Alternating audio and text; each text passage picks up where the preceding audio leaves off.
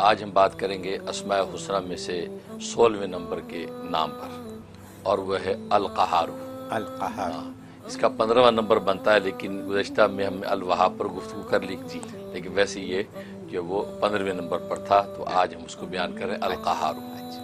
قہار جو اللہ تبارک و تعالیٰ کا نام ہے، اور یہ قرآن کریم میں 6 مقامات پر اللہ نے اس کا تذکرہ کیا، یہ نام آیا ہے۔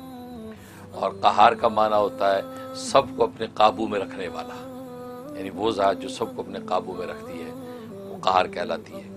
اور اللہ تبارک و تعالیٰ کی ذات یقیناً قہار ہے، اس لیے کہ اللہ تبارک و تعالیٰ وہ ذات ہے کہ جس کا غلبہ ہی غلبہ ہر چیز پہ ہوتا ہے، وہاں مغلوبیت نہیں ہوتی، لہذا ہر چیز مغلوب اور مسخر ہوتی ہے اس کے ہاتھ میں، اور وہ سب پر غالب ہوتا ہے، وہ ہوتا ہے قہار۔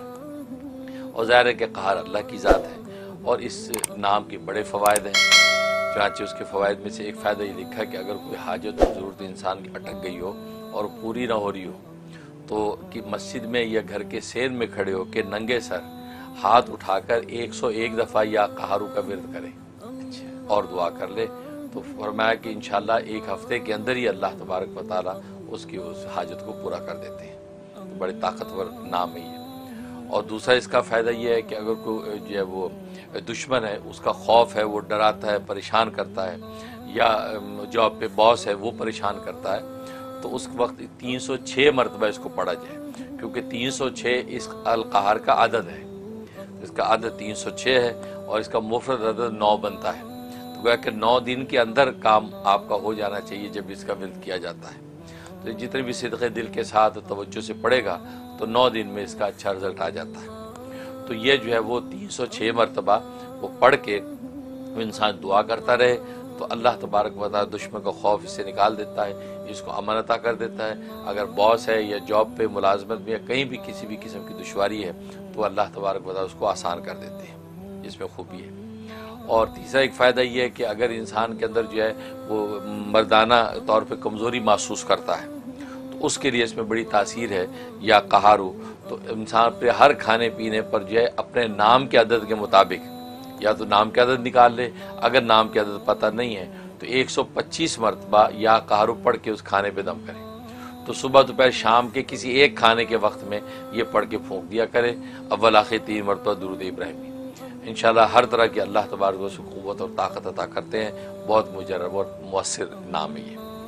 اور ایک فائدہ اس کا یہ ہے کہ انسان جو ہے وہ چاہتا ہے کہ وہ اس سے ایسے احوال اس پر ظاہر ہوں کہ جس سے لوگوں میں وجاہت اور عزت بڑھے، کوئی ایسا عمل اس سے، کوئی ایسا قول، کوئی ایسی بات اس سے ظاہر ہو جائے کہ لوگوں میں اس کی عزت و مرتبہ بڑھ جائے، لوگ اس کے جو تابعدار ہو جائیں، اس کے لیے اس میں بڑی تاثیر ہے۔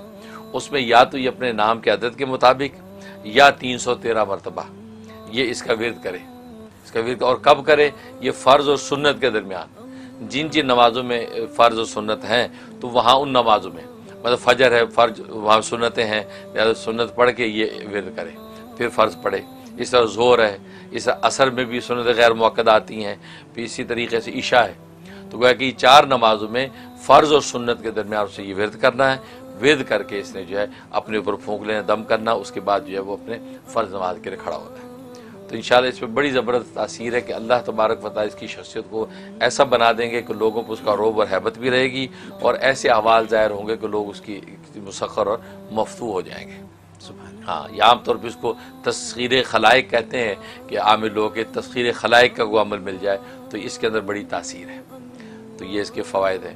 اور جہاں تک خواب میں تعبیر کا تعلق ہے، اگر خواب میں یہ نام سنا، یہ لکھا پڑا، تو اس کا مطلب ہے کہ اللہ تبارک و تعالیٰ جو ہے اس کو ایک ایسا بیٹا عطا کریں گے، اولاد نرینہ عطا کریں گے کہ جو اولاد جو ہے اس کی عزت و مرتبہ اور قوت کا باعث بنے گی، یعنی اس کے لیے ناہنجار اولاد نہیں ہوگی کہ اس کے لیے کل کو پرابلم، بلکہ اس کی قوت اور طاقت کا باعث بنے گی۔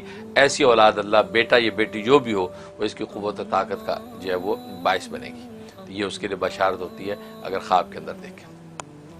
یہ اس کے فائدے ہیں۔ حضرت میرے ذہن میں لفظ آ رہا ہے غیظ و غضب، صحیح ہے، بالکل مطلب جس نے کسی نے قبضہ حاصل کرنا ہو تو بالکل اس پہ مہارت حاصل کر لے.